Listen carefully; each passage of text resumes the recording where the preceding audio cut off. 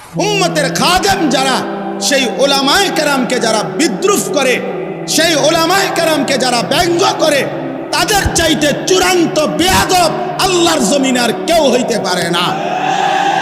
এই জন্য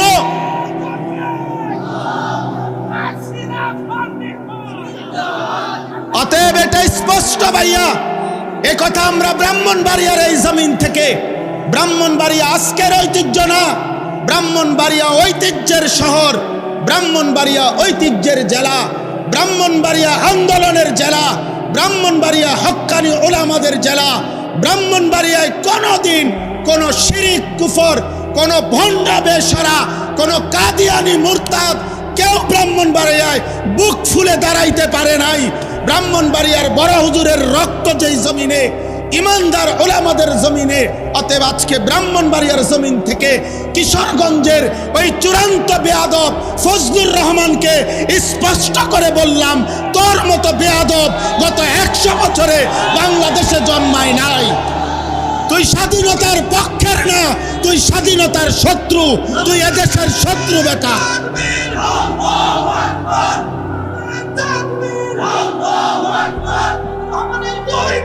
জুতা মারো তালে তালে।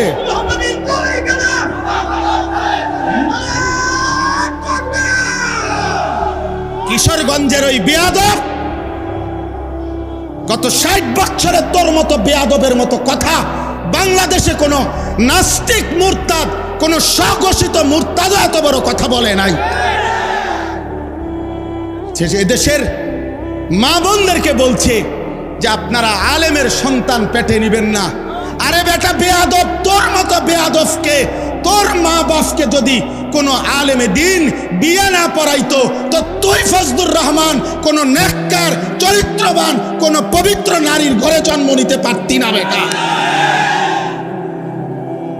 তুই এখন মোল্লা চেনো না? ইসলাম এক জিনিস, মোল্লাতন্ত্র আরেক জিনিস। ইসলাম তোর আব্বার, ইসলাম তোর বাবার নাকি বেটা? হ্যাঁ, ইসলাম তুমি আনছো নাকি?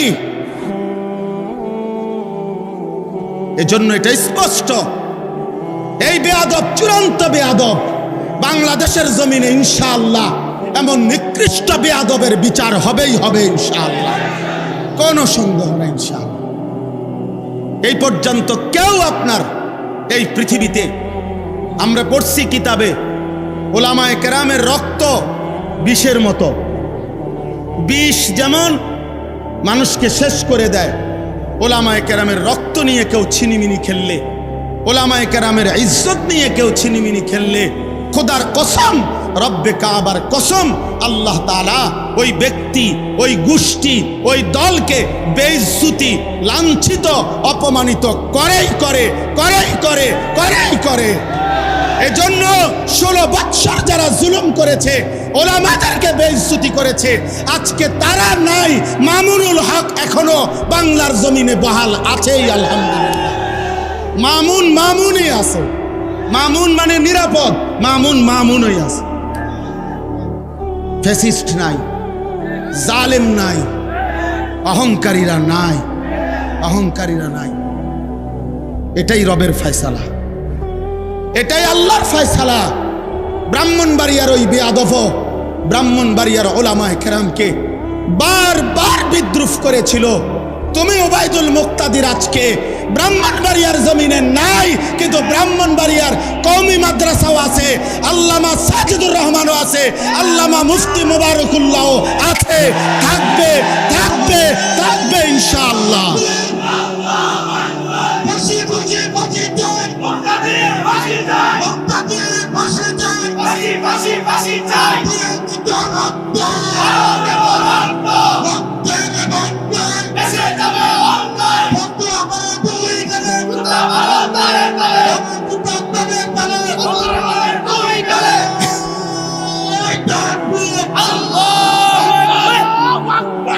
এটা ভুলে গেলে চলবে না ইনশাআল্লাহ, ইনশাআল্লাহ বলেন ইনশাআল্লাহ। হ্যাঁ, মুসলমান 16টি বছর আমাদেরকে জঙ্গিবাদ, এই সমস্ত উগ্রবাদ, এই সমস্ত শব্দ বলে বলে ইসলামের পবিত্র বিধান জিহাদ এই শব্দটা উচ্চারণ করতে দেয় নাই। অথচ আমরা স্পষ্ট বলবো ইসরাফিলের ফু পর্যন্ত আল্লাহর এই জমিনে জিহাদ ছিল, আছে, থাকবে ইনশাআল্লাহ। এজন্য জিহাদ থাকবে কিনা বলেন? আপোষ না জিহাদ, আপোষ না জিহাদ, আপোষ না জিহাদ। ইসরায়েল না ফিলিস্তিন, ইসরায়েল না ফিলিস্তিন। জিতবে কে? ফিলিস্তিন। বলো ভাই ফিলিস্তিন। আবার বলো, আবার বলো, জোরসে বলো, দাঁড়িয়ে বলো, দাঁড়িয়ে বলো, সবাই বলো এক আওয়াজে। হলো নারে ফিলিস্তিন, ফিলিস্তিন, ফিলিস্তিন, ফিলিস্তিন। জিতবে কে? হারবে কে? সবাই বলো এক আওয়াজে। মাশাআল্লাহ।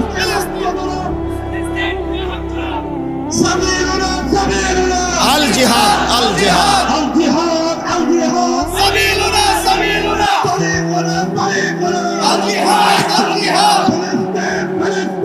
জিন্দাবাদ, জিন্দাবাদ। ইনশাআল্লাহ, ইনশাআল্লাহ। 10ই মে শনিবার ফজরের নামাজের পরে সালাম ফিরায়া পাকিস্তানের মধ্যে মুজাহিদ সেনাবাহিনী ভারতের উপরে যখন আক্রমণ করেছিল, চূড়ান্ত 3 ঘন্টার ব্যবধানে আমেরিকার থেকে ফোন আসছে, বন্ধ করে দাও, পারতা না। শেষ পর্যন্ত মোদি বন্ধ করে দিয়েছে। এজন্য যে রব্বুল আলামিন মোদিকে বেইজ্জতি করেছে, সেই মালিক নেতানিয়াহুকে ইনশাআল্লাহ ধ্বংস করে দেবে ইনশাআল্লাহ, ইনশাআল্লাহ। এজন্য ইসলাম থাকবে, কোরআন থাকবে, জিহাদও থাকবে ইনশাআল্লাহ। বলেন ইনশাআল্লাহ।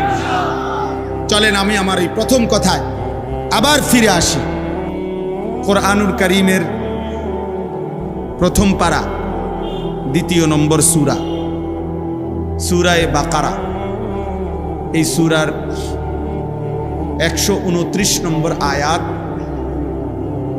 আমি আপনাদের সামনে তেলাওয়াত করেছি।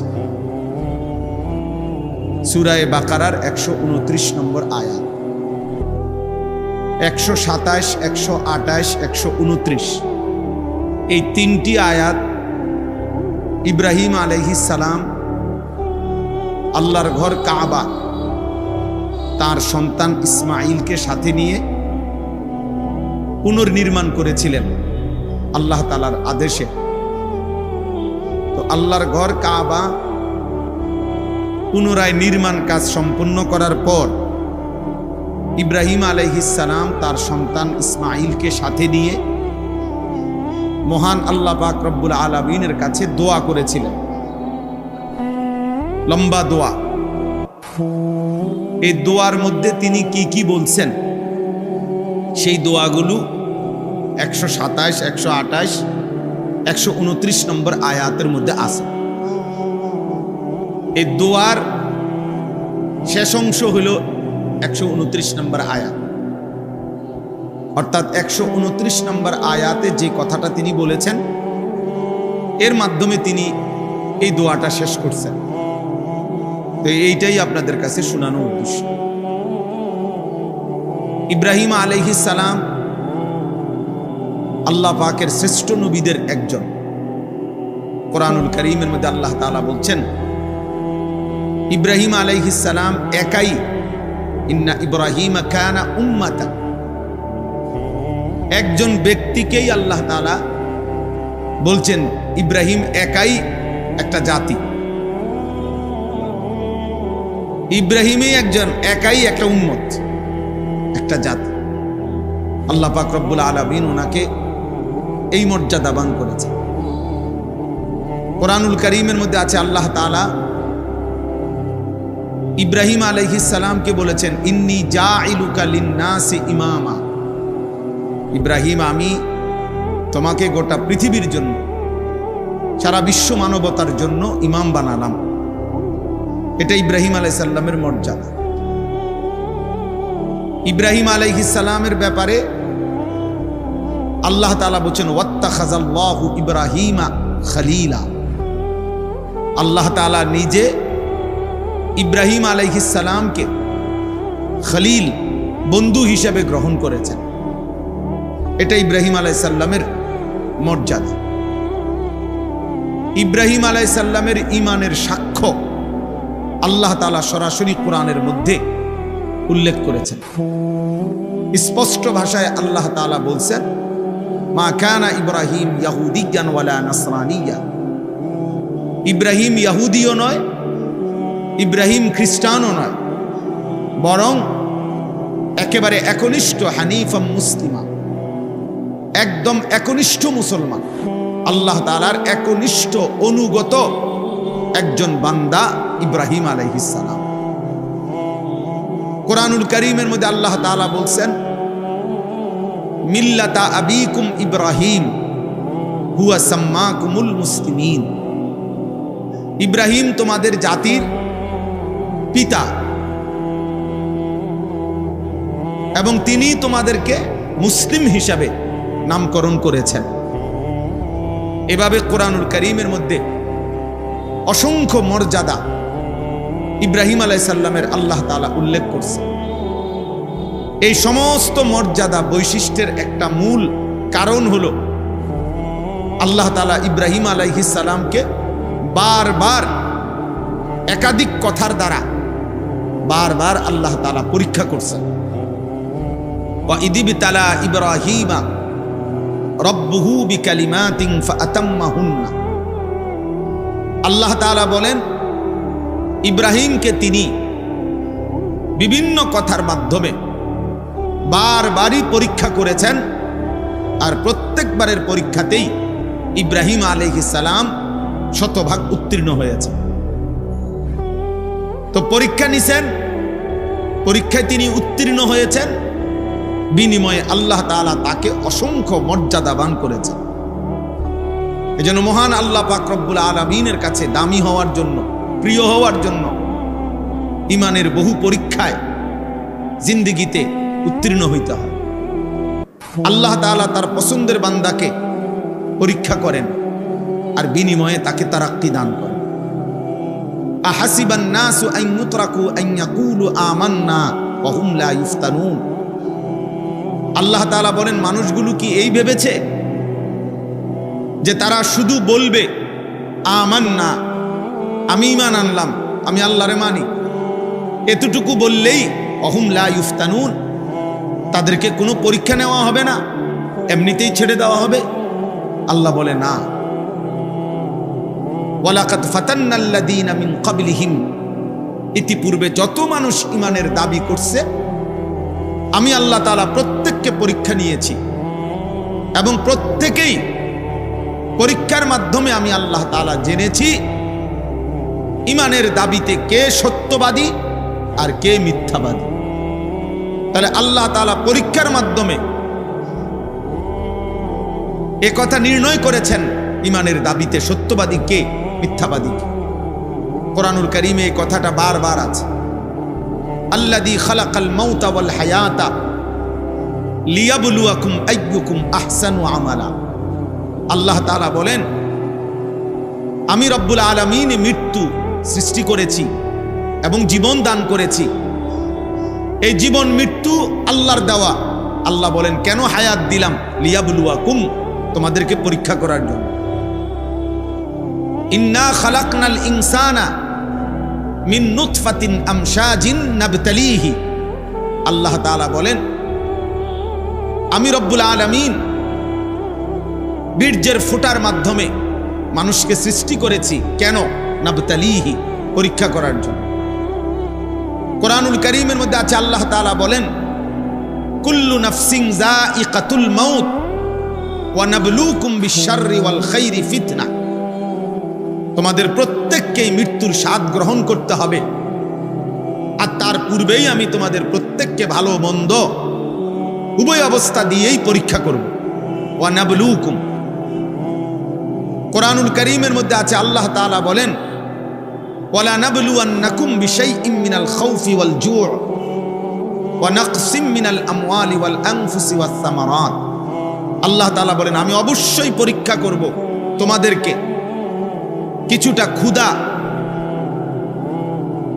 কিছুটা ভয় কিছুটা সম্পদের কমিয়ে দিয়ে, কিছুটা জানের উপরে মুসিবত দিয়ে, কিছুটা তোমাদের ফল ফসলের উপরে মুসিবত দিয়ে পরীক্ষা করব। তাইলে প্রিয় ভাই, এ কথা বোঝানো উদ্দেশ্য, ইমানের দাবিতে মোমেন হিসাবে নিজেকে টিকিয়ে রাখতে আল্লাহ তাআলা ১৬ লাখ আম্বিয়ায়ে কেরামকেও পরীক্ষা নিয়েছেন। আম্বিয়াদের পরবর্তী যারা আল্লাহর মোমেন ইমানদার বান্দা, তাদেরও পরীক্ষা নিছেন, আমাদেরও পরীক্ষা নিবেন, নিচ্ছেন। আর সেই পরীক্ষায় উত্তীর্ণ হলেই আখিরাতের কামিয়াবি, পরকালের কামিয়াবি। এই জন্য দোস্ত, এটা জরুরি এক বিষয় যে আল্লাহ তাআলা আমাদেরকে পরীক্ষা করছেন যে আমরা ইমানের দাবিতে সত্যবাদী কিনা। আমি জবানে বললাম আমি মুসলমান, আমি জবানে বললাম আমি মুমিন, কিন্তু আমার জিন্দিগি, আমার চল চলন, চেহারা, আচরণ, আমার বাজার, ব্যবসা, আয়, উপার্জন, লেনদেন, এটা সম্পূর্ণ ব্যতিক্রম। তাহলে এটা কোনোভাবেই ইমানের দাবিতে আমি টিকলাম না, আমি হেরে গেলাম। কোরআনুল কারীমের মধ্যে আছে, আল্লাহ তাআলা বলেন, মুনাফিকের অভ্যাস বলতে গিয়ে আল্লাহ বলছে, অমিনান নাসি মান ইয়াকুলু আমান্না বিল্লাহ ওয়া বিল ইয়াউমিল আখির ওয়া মা হুম বিমুমিনিন। বহু লোক আছে এমন যারা জবানে বলে যে আমি আল্লাহকে মানি, আখিরাতকে মানি, অথচ আল্লাহ নিজে বলে ওয়া মা হুম বিমুমিনিন, এরা মুমিন না। সে নিজে বলতেছে আমি আল্লাহরে মানি, সে নিজে বলতেছে আমি আখিরাতকে মানি, কিন্তু আল্লাহ তাআলা বলে সে মুমিন নয়, সে ঈমানদার নয়। তো আল্লাহ যদি আমার ঈমানকে প্রত্যাখ্যান করে, তা আমার ঈমান গ্রহণ করবে কে? আমি মুমিন এই দাবিতে টিকব কিভাবে? তাই কোরআনুল কারীমের মধ্যে আছে, মুনাফিকরা নবী সাল্লাল্লাহু আলাইহি সাল্লামের সামনে আইসা বলে যে আমি সাক্ষ্য দিতেছি আপনি আল্লাহর রাসূল।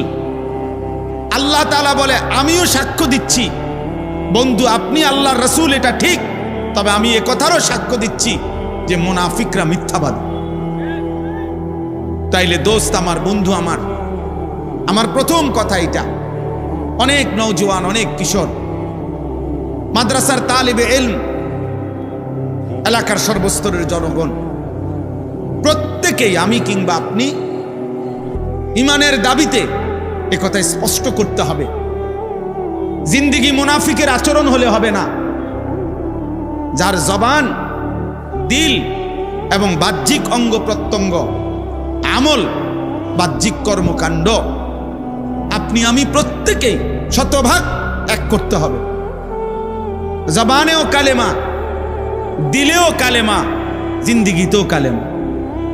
অর্থাৎ আমি যেমন লা ইলাহা ইল্লাল্লাহ জবানে বললাম, ঠিক তেমনি ভাবে দিলেও বলবো, ঠিক তেমনি ভাবে আমার পুরা জিন্দেগির সমস্ত কর্মকাণ্ডে আমি আল্লাহ ছাড়া আর কাউকে মানি না, আল্লাহর হুকুম ছাড়া অন্য হুকুম মানি না। এটা কষ্ট করে হলেও, মুশাক্কাত আর মুজাহাদার মাধ্যমে হলেও আমাকে প্রমাণ করতে হবে। আখিরাত কোনো মামুলি না। আমার শায়েখ আরিফ বিল্লাহ হাকিমুন নফস আল্লামা মুফতি মুশতাকুন নবী কাসিমি হুজুর সব সময় বলে যে হে আল্লাহর বান্দা, হাসরের মাঠ মামার বাড়ি, শ্বশুর বাড়ি না। হাসরের মাঠ কোনো সাসার শ্বশুর বাড়ি না, খামখেয়ালি না। হাসরের মাঠ সেই মাঠ, ১৬ লক্ষ আম্বিয়ায়ে কেরাম যেই মাঠের ভয়ে দিবানিশি কাঁদছে।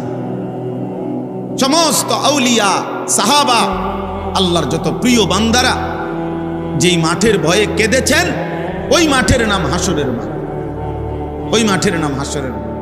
কোরআনুল কারীমের মধ্যে ইব্রাহিম আলাইহিস সালামের মতো নবী, এত বড় আজিমুশ শান নবী, তিনি পর্যন্ত বলছেন, কোরআনে স্পষ্ট আছে, ইব্রাহিম আলাইহিস সালামের দোয়া, রব্বি লা তুখজিনি ইয়াউমা ইউবআসুন, আয় মাওলা, কবর থেকে যেদিন হাসরের ময়দানে উঠাবেন, সেই হাসরের ময়দানে আপনি আমি ইব্রাহিমকে বেইজ্জতি করেন।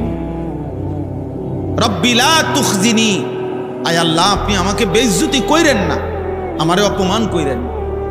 তাহলে ইব্রাহিমের মতো নবী যদি হাসরের ময়দানকে ভয় পায়, তা আমি কে, আপনি কে?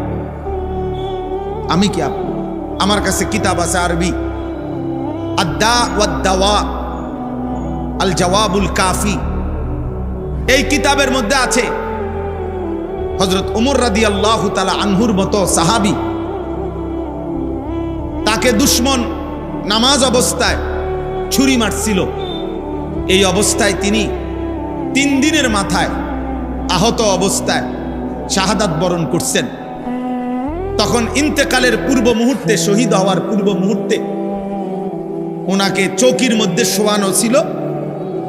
হযরত ওমর রাদিয়াল্লাহু তাআলা আনহু তার ছেলে আব্দুল্লাহ ইবনে ওমর, আব্দুল্লাহকে ডাক দিয়ে বলছে, আব্দুল্লাহ, আমার শরীরটা এই চৌকির থেকে মাটিতে রাখো, আর আমার গালটা মাটির সাথে মিশায়া দাও। আমি গালটা আমার মাটির সাথে ঘষবো আর মাটিতেই পড়ে থাকবো, যেন আমার রব আমার মাটিতে পড়া এই দৃশ্য দেখে আমার যেন দয়া করে মাফ করে দেয়। দা খাদ্দি আলাল আরদ, বলছে আব্দুল্লাহ, আমার গালটা মাটিতে রাখো। আসা রব্বি আন ইয়ারহামানি, আশা করা যায় এতটুকুর বিনিময়ে আমার আল্লাহ যদি আমারে মাফ করে দেয়। চকির মতো মরবো, চকির পিঠে বসে, চকিতে না, আমি এটা চাই না। ফেলে দাও মাটির দেহ মাটিতে। আমার কাছে একটা কিতাব আছে, সফরে হিজাজ, হজ্জের সফরে প্রতি বছর আমি, আমার বুধবারে ফ্লাইট ইনশাআল্লাহ, প্রতি বছরই হজে যাওয়ার আগে আমি নতুন নতুন একটা হজ্জের কোনো বই পড়ি। আমার এটা অভ্যাস দীর্ঘদিনের। এই বছর যে বইটা পড়তেছি এটার নাম হলো সফরে হিজাজ, হযরত মাওলানা আব্দুল মাজেদ দরিয়াবাদী রাহমাতুল্লাহ আলাইহির সফরের হজ্জের কারনামা। 1929 সালে উনি হজ্জের সফর করছেন। আজ থেকে প্রায় 96 বছর আগে, এই 96 বছর আগে হজ্জের সফর নামায় তিনি একটা আশ্চর্য সুন্দর কথা লিখছে ওই কিতাবের মধ্যে। আল্লাহর ঘরের কাছে গিয়ে তিনি মনে মনে ভাবতেছিলেন আল্লাহর কাছে কি চাইবেন। তো নিজে নিজে আবার বলতেছিলেন, মাওলা, মাটির এক সামান্য টুকরা থেকে যার সৃষ্টি, তার আর স্বপ্নই কি, তার আর আশাই কি, সে আর চাইবেই কি? আপনি দয়া করে আপনার মর্জি মতো দিয়ে দেন। অর্থাৎ মাটির এক সামান্য অংশ থেকেই তো আমি সৃষ্টি। তো মাটির এক ঢিলা, মাটির এক সামান্য টুকরা, সে আর চাইবে কি? আর তাইলে নিজেকে এতটা হাকির, এতটা আদনা মনে করতেন আল্লাহর প্রিয় বান্দাগণ। আখিরাতকে এত বেশি ভয় করতেন, আল্লাহ তাআলার কাছে এত বেশি আখিরাত চাইতেন।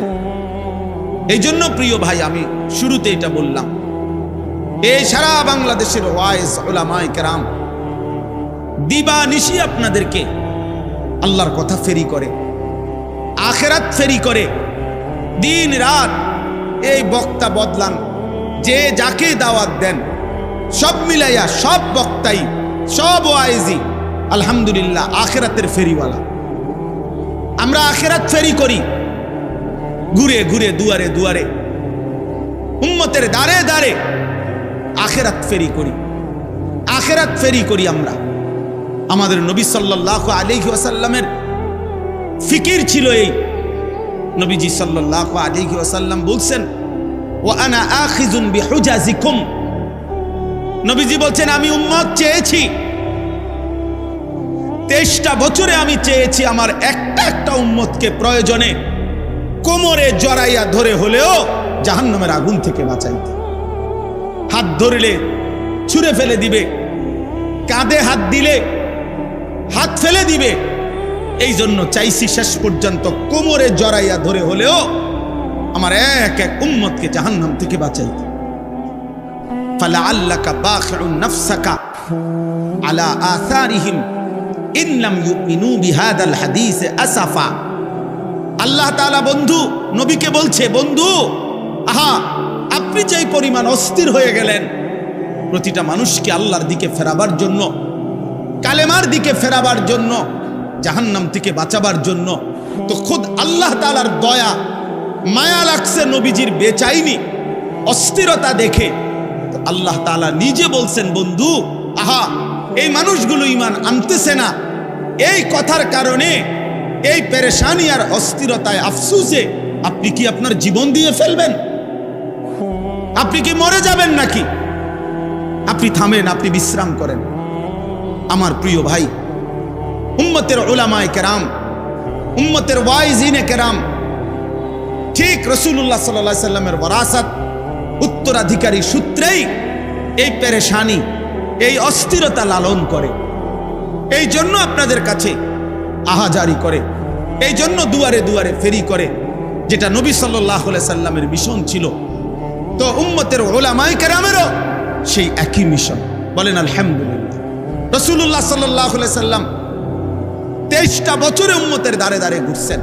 কभी আরশ पर कभी फरश पर, कभी उनके दर कभी दर बदर, गमे आशिकी तेरा शुक्रिया मैं कहां कहां से गुजर गया, कभी हो रास्तों में तन्हा, कभी हो गुरूद सहरा, मैं जुनू का हम सफर हो, मेरा कोई घर नहीं है।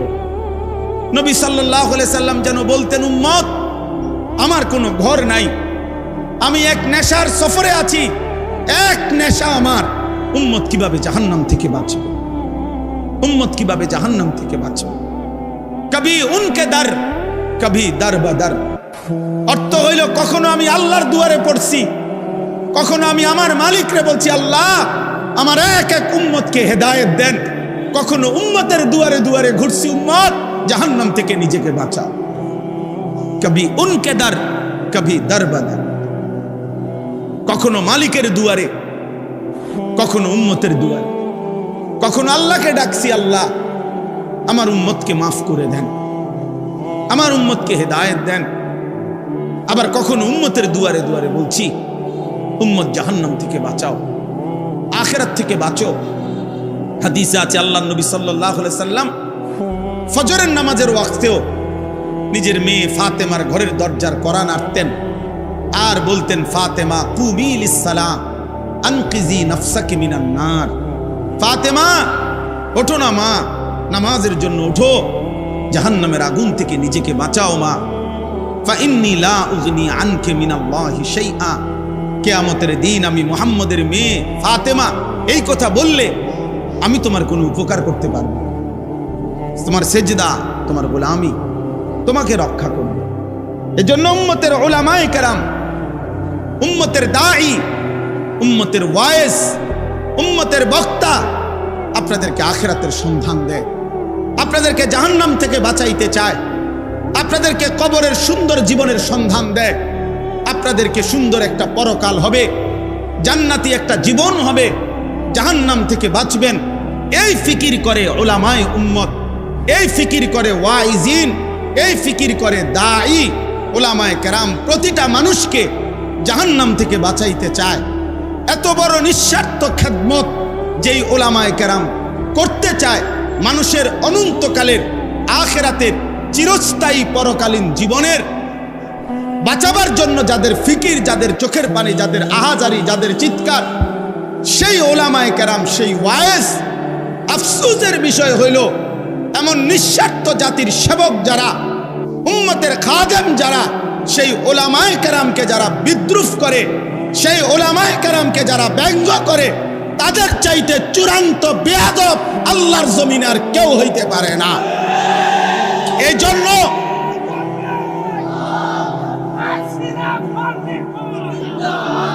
অতএব এটা স্পষ্ট ভাইয়া, এ কথা আমরা ব্রাহ্মণবাড়িয়ার এই জমিন থেকে, ব্রাহ্মণবাড়িয়া আজকের ঐতিহ্য না, ব্রাহ্মণবাড়িয়া ঐতিহ্যের শহর, ব্রাহ্মণবাড়িয়া ঐতিহ্যের জেলা, ব্রাহ্মণবাড়িয়া আন্দোলনের জেলা, ব্রাহ্মণবাড়িয়া হক্কানি উলামাদের জেলা। ব্রাহ্মণবাড়িয়ায় কোনোদিন কোনো শিরিক কুফর, কোনো ভণ্ডা বেশরা, কোনো কাদিয়ানি মুরতাদ কেউ ব্রাহ্মণবাড়িয়ায় বুক ফুলে দাঁড়াইতে পারে নাই। ব্রাহ্মণবাড়িয়ার বড় হুজুরের রক্ত যেই জমিনে ইমানদার ওলামাদের জমিনে। অতএব আজকে ব্রাহ্মণবাড়িয়ার জমিন থেকে কিশোরগঞ্জের ওই চূড়ান্ত বেয়াদব ফজলুর রহমানকে স্পষ্ট করে বললাম, তোর মতো বেয়াদব গত 100 বছরে বাংলাদেশে জন্মায় নাই। তুই স্বাধীনতার পক্ষের না, তুই স্বাধীনতার শত্রু, তুই এদেশের শত্রু বেটা।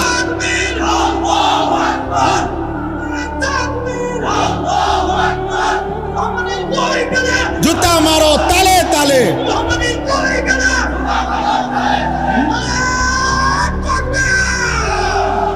কিশোরগঞ্জের ওই বেয়াদব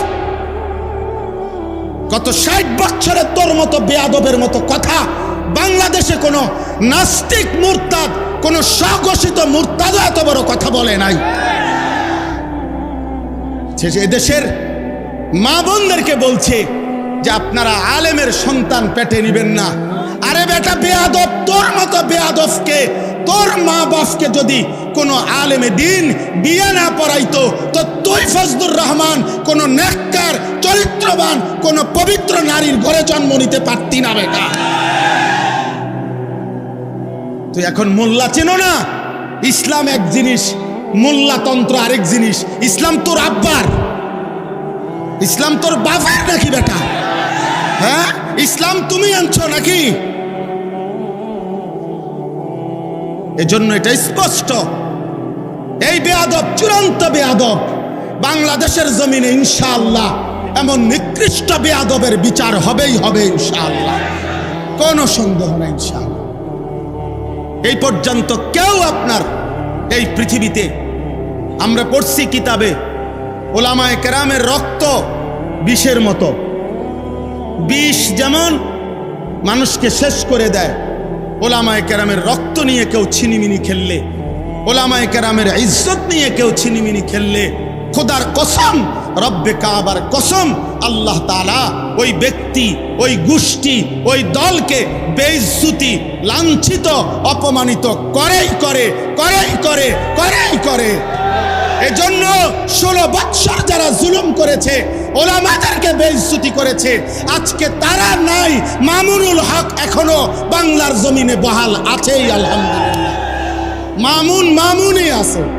মামুন মানে নিরাপদ, মামুনই আছে। ফ্যাসিস্ট নাই, জালেম নাই, অহংকারীরা নাই। এটাই রবের ফয়সালা, এটাই আল্লাহর ফয়সালা। ব্রাহ্মণবাড়িয়ার ওই বেয়াদব, ব্রাহ্মণবাড়িয়ার ওলামায়ে কেরামকে বারবার বিদ্রুপ করেছিল।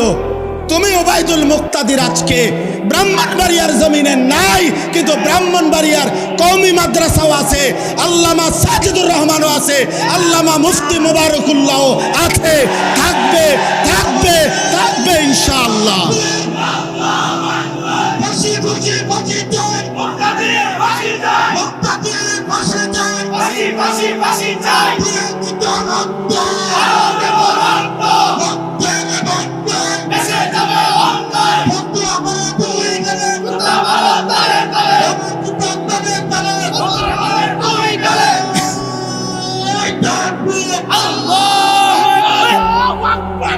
এটা ভুলে গেলে চলবে না ইনশাআল্লাহ।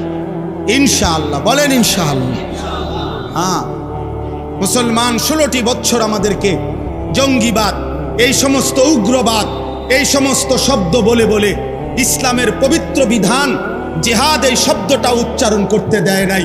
অথচ আমরা স্পষ্ট বলবো, ইসরাফিলের ফু পর্যন্ত আল্লাহর এই জমিনে জিহাদ ছিল, আছে, থাকবে ইনশাআল্লাহ। এজন্য জিহাদ থাকবে কিনা বলেন?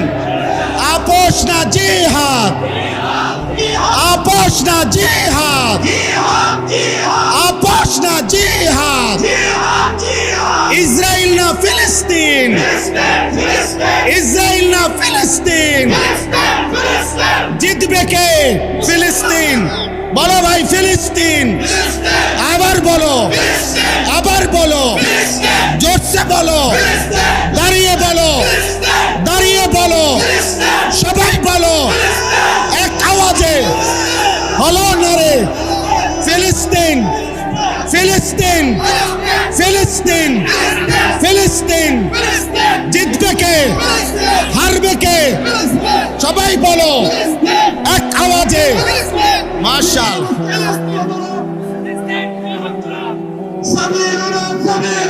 আল জিহাদ, আল জিহাদ,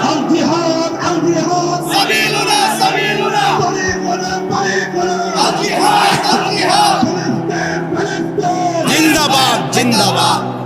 ইনশাআল্লাহ ইনশাআল্লাহ 10ই মে শনিবার ফজরের নামাজের পরে সালাম ফিরায়া পাকিস্তানের মধ্যে মুজাহিদ সেনাবাহিনী ভারতের উপরে যখন আক্রমণ করেছিল চূড়ান্ত 3 ঘন্টার ব্যবধানে আমেরিকার থেকে ফোন আসছে, বন্ধ করে দাও, পারতা না।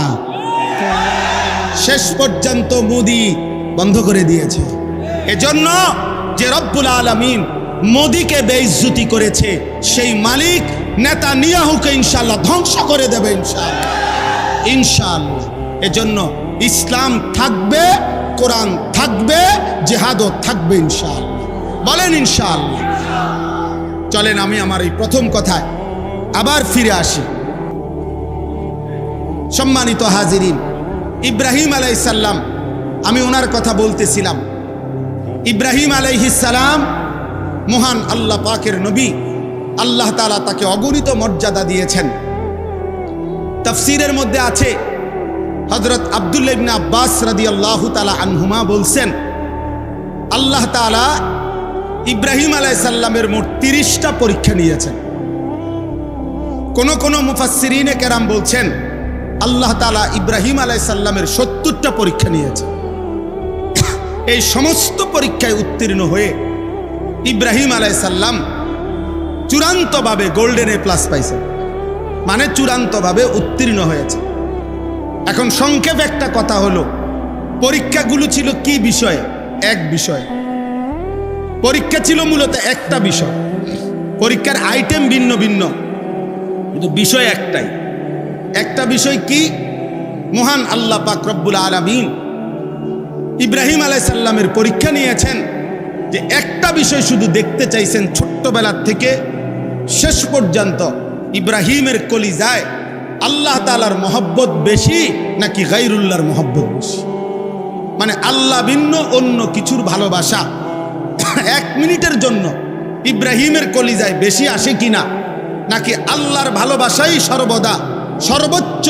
এইটা আল্লাহ তাআলা ইব্রাহিম আলাইহিস সালামের মাধ্যমে পরীক্ষা করেছে। এই জন্য ছোট্টবেলার থেকে একেবারে বাপ মার ঘরে, মূর্তি পূজক মা বাবার ঘর থেকেই তিনি পরীক্ষা দিছেন। বাবা মা মূর্তি পূজা করত, সেখান থেকে তিনি মূর্তির বিরোধিতা করে বাবা মাকে পর্যন্ত ছেড়ে দিয়েছেন।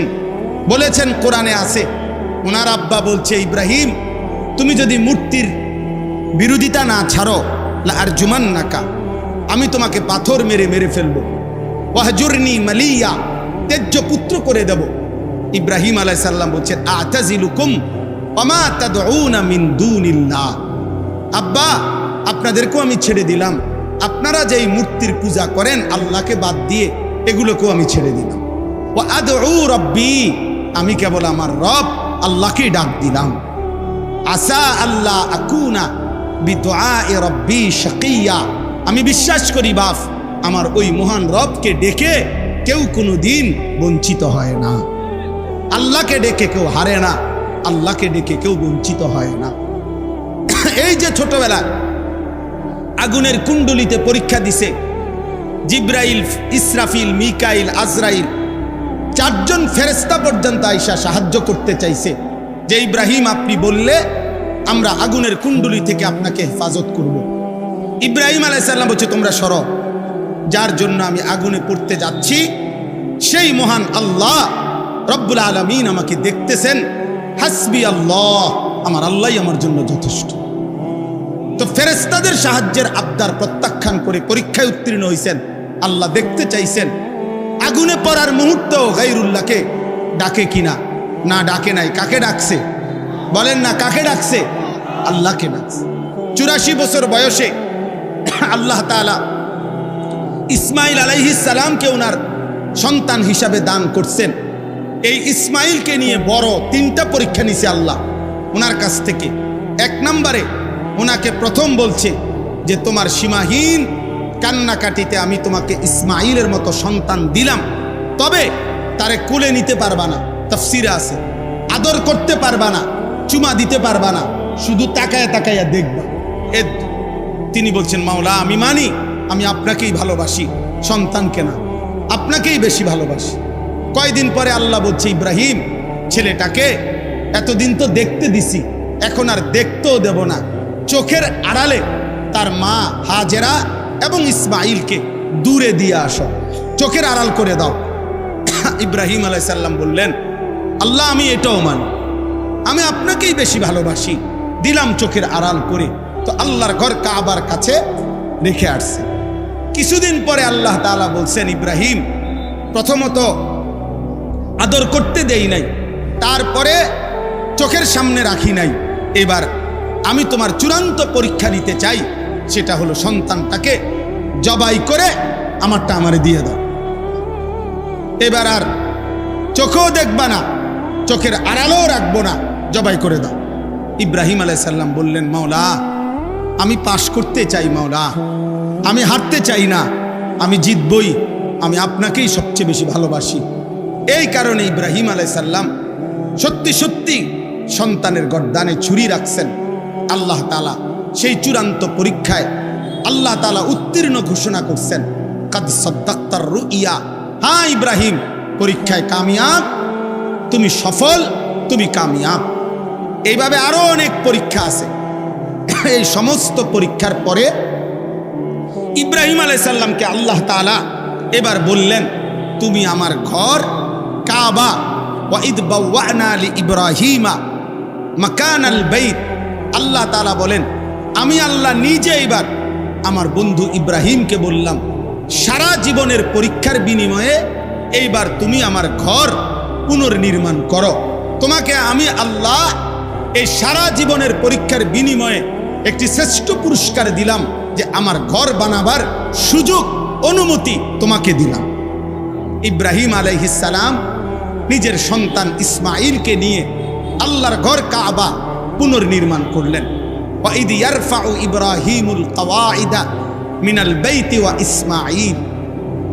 আমি এবার যে কথাটা বলতে চাই, এখানে আইসা ইব্রাহিম আলাইহিস সালাম সারা জীবনের পরীক্ষা দিছে, বিনিময়ে আল্লাহর কাছে কিছু চায় নাই, আল্লাহর ঘর কাবা নির্মাণ করছে।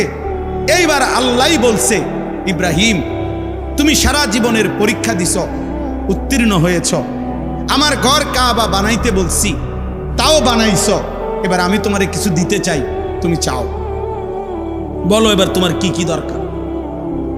ইব্রাহিম আলাইহিস সালাম তখন সন্তান ইসমাইলকে নিয়ে দোয়া করছেন। দোয়ার মধ্যে বলছেন কতগুলো কথা। এই কথাগুলো কি? এক নাম্বার, রব্বানা তাকাব্বাল মিন্না ইন্নাকা আনতাস সামিউল আলিম।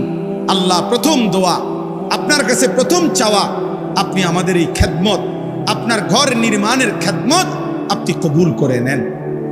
দুই নাম্বার, সংক্ষেপে বলতেছি, রব্বানা ওয়াজআলনা মুসলিমাইনি লাকা।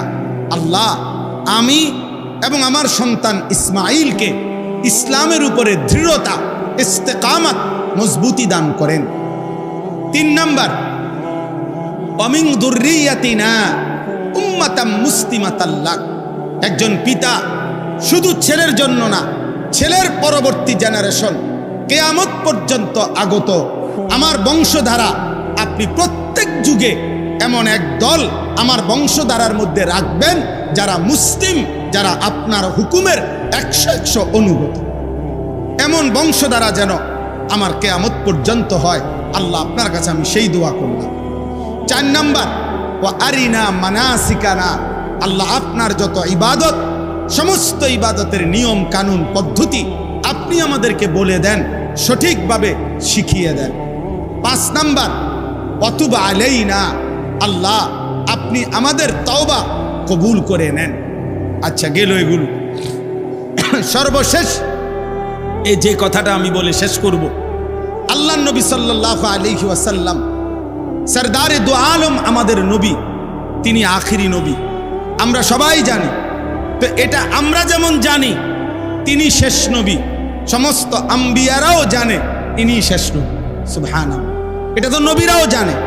তো আল্লাহর নবী ইব্রাহিম আলাইহিস সালাম সারা জীবনের পরীক্ষা এবং আল্লাহর ঘর কাবা পুনর্নির্মাণ করে এই সুযোগ যখন পাইছে আল্লাহর কাছে চাওয়ার, তো তিনি এই শেষ দোয়া করলেন, রব্বানা ওয়াবাস ফীহিম রাসূলাম মিনহুম। আয় আল্লাহ, আমার ফরিয়াদ ওই আখিরি জামানার পয়গম্বর, ওই আখিরি নবী মুহাম্মদ সাল্লাল্লাহু আলাইহি সাল্লাম, তাকে আমার এই সন্তানের বংশধারায় দান করে।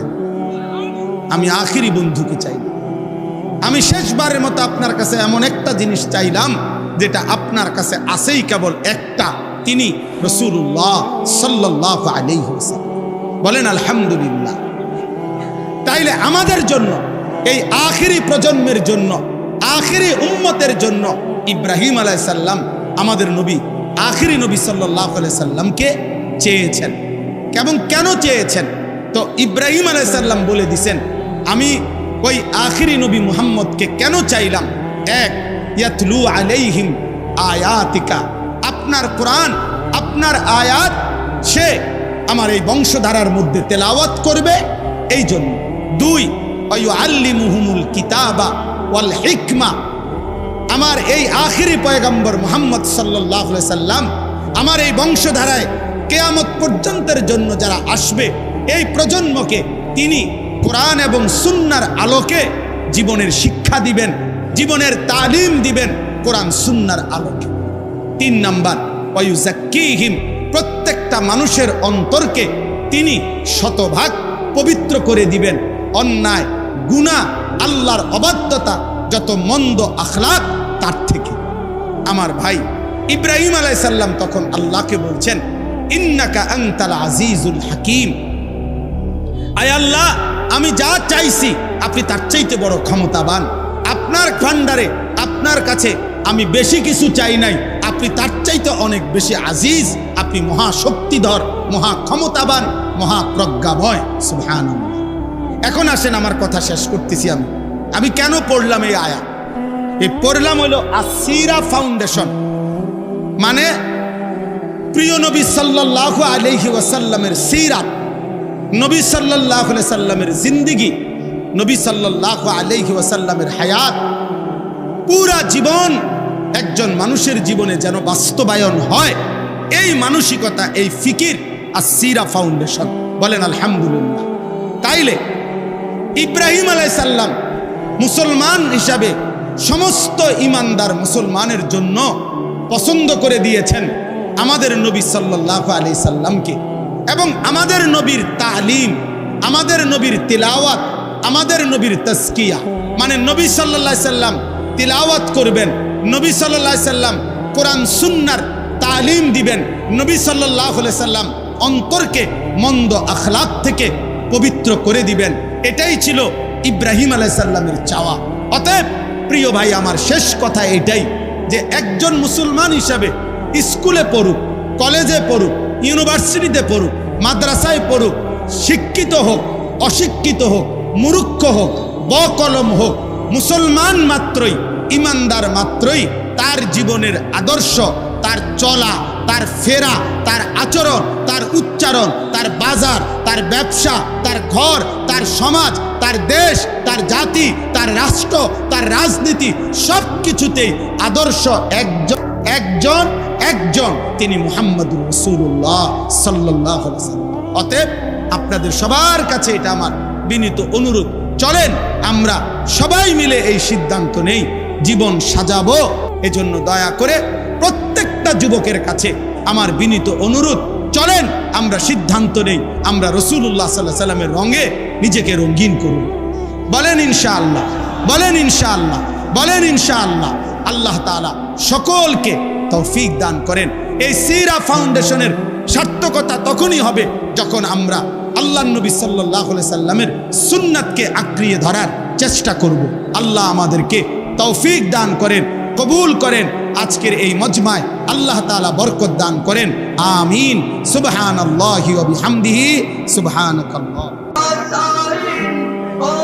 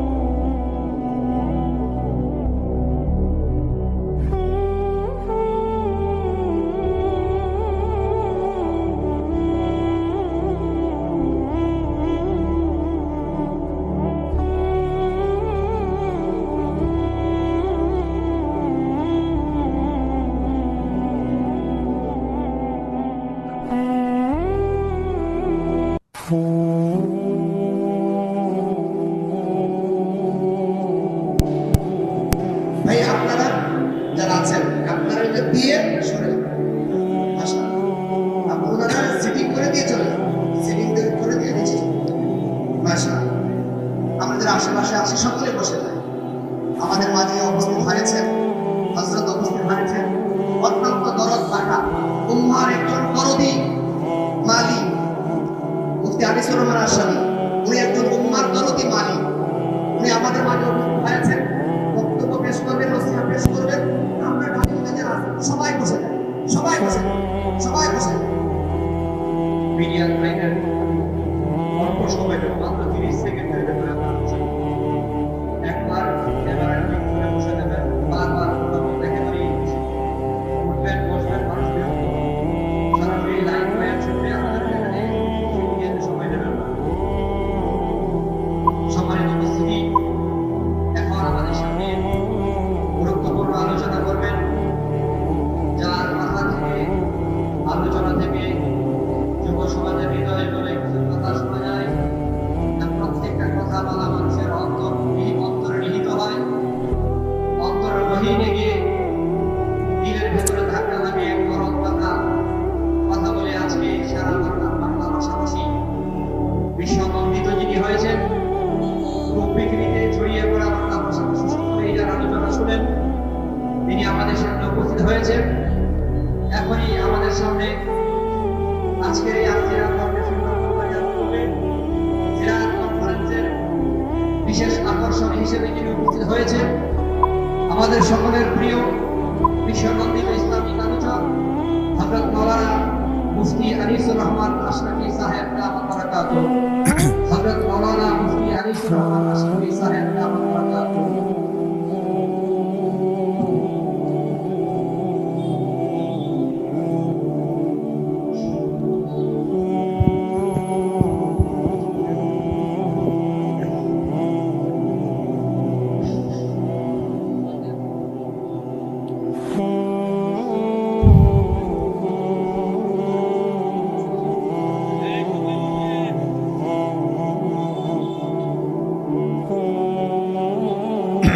আসসালামু আলাইকুম ওয়া রাহমাতুল্লাহি ওয়া বারাকাতুহু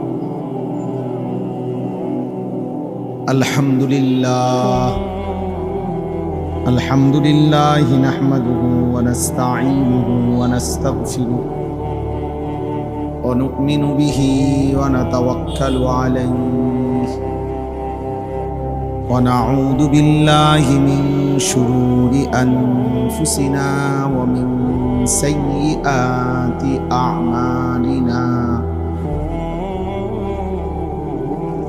من يهده الله فلا مضل له ومن يضلله فلا هادي له ونشهد أن لا إله إلا الله وحده لا شريك له ونشهد أن سيدنا وحبيبنا ومولانا محمدا عبده ورسوله أما بعد فأعوذ بالله من الشيطان الرجيم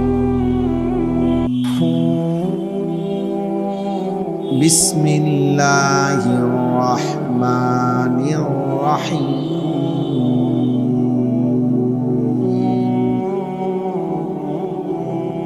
ربنا وابعث فيهم رسولا منهم يتلو عليهم آياتك ويعلمهم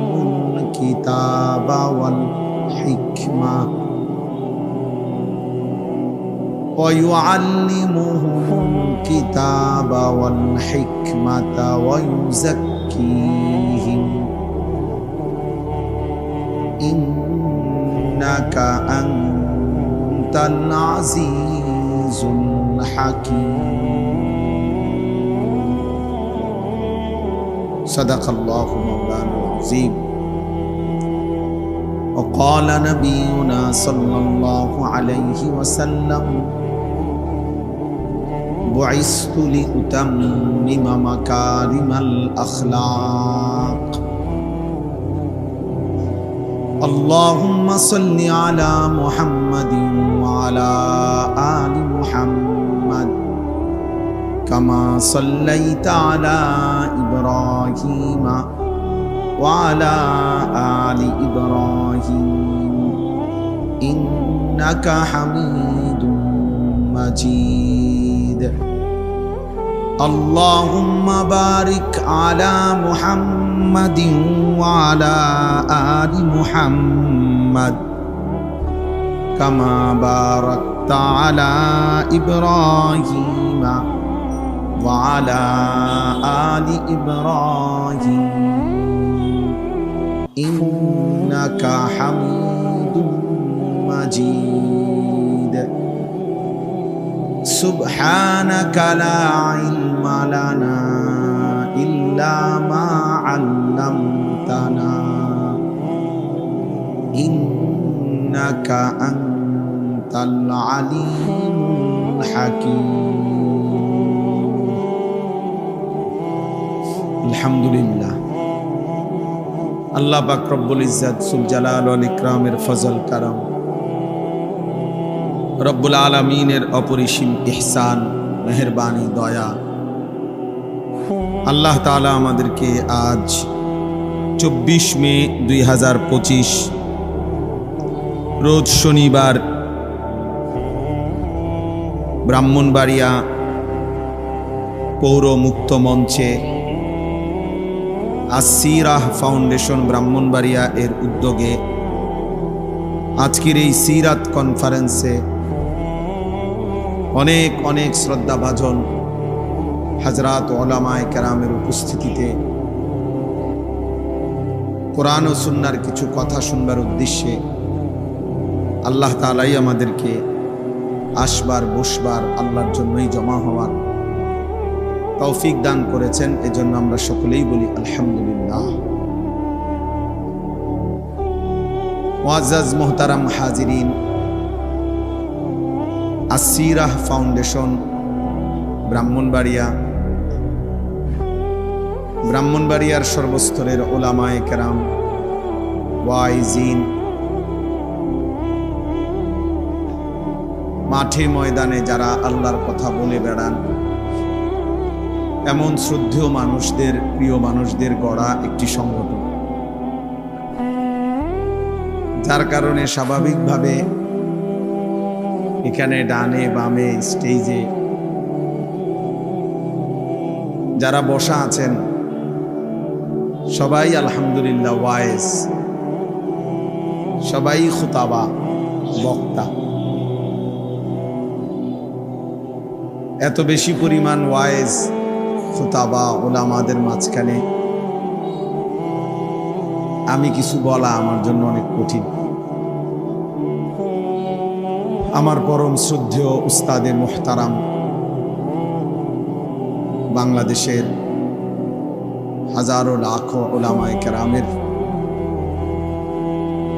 এবং ইমানদার তাওহীদি জনতার অভিভাবক, হেফাজতে ইসলাম বাংলাদেশের শ্রদ্ধাভাজন মহাসচিব আল্লামা শায়েখ সাজিদুর রহমান দামাত বারাকাতুহুল আলিয়া হুজুর আমাকে সরাসরি বলছেন এই মজমায় আজকের এই মাহফিলে আসতে, এই জন্য আমি আসছি। আমাদের অনেক শ্রদ্ধেয় হযরত মাওলানা মুফতি আমজাদ হুসাইন আশরাফি দামাত বারাকাতুহুল আলিয়া তিনিও বলেছেন, ওনার সাথেও কথা হয়েছে। আমি আপনাদের সামনে সামান্য কিছু কথাই আরজ করতে চাই। আলহামদুলিল্লাহ, উলামায়ে কেরাম ওয়াইজিনে কেরাম এমন সুন্দর একটি আয়োজন, এমন সুন্দর একটি সংগঠন প্রতিষ্ঠা করেছেন। আমার প্রথম কথা হলো ইনশাআল্লাহ আমি আমার সবটুকু দিল দিয়ে দোয়া করি আল্লাহ তাআলা যেন এই ফাউন্ডেশনকে সর্বোচ্চ কবুল করেন। ব্যক্তিগতভাবে আমার পড়ালেখার সূচনাই ব্রাহ্মণবাড়িয়া দারুল আরকাম মাদ্রাসা যখন 1993 সালে দারুল আরকাম মাদ্রাসা যখন প্রতিষ্ঠিত হয়, আমি সেই প্রথম বর্ষের ছাত্র। সর্বপ্রথম আমাদেরকে দিয়েই দারুল আরকাম মাদ্রাসা শুরু হয়েছে। সর্বপ্রথম ছাত্র আমরা, একবারে প্রথম বেস। মেড্ডা পীর বাড়ি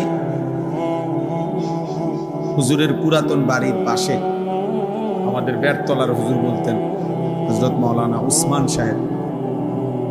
হুজুরের একটা মসজিদ ছিল, মসজিদের পাশে একটা হুজরা মক্তবঘর, এইখানেই সর্বপ্রথম দারুল আরকাম মাদ্রাসা ক্লাস শুরু হয়েছে। আমি ওইখানের ছাত্র।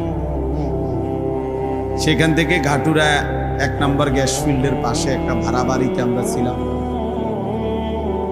ওইখান থেকে আমরা এখন যেখানে মাদ্রাসা, এখানে আমরা গেছি। মাদ্রাসার পুরাতন মসজিদ এর কাজ বলা যায় আমরা রাত দিন কাজ করছি। তো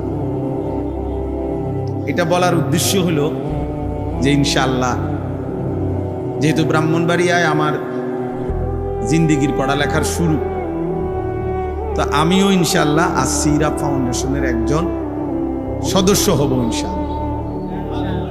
এই জন্য আমি ব্যক্তিগতভাবে ব্রাহ্মণবাড়িয়ার সাথে আমার সনদ বললাম কাছে, এই হিসাবে আপনাদের এই ফাউন্ডেশনের ফরম আমিও পূরণ করব এবং ইনশাআল্লাহ সার্বিকভাবে জানে মালে আমি ইনশাআল্লাহ আর্থিকভাবেও ইনশাআল্লাহ অংশগ্রহণ করব ইনশাআল্লাহ। এবং সবসময়ই যে কোনো রকমের খোঁজখবরের সময় আমরাও ইনশাআল্লাহ পাশে থাকার চেষ্টা করব। আল্লাহ তাআলা তৌফিক দান করেন।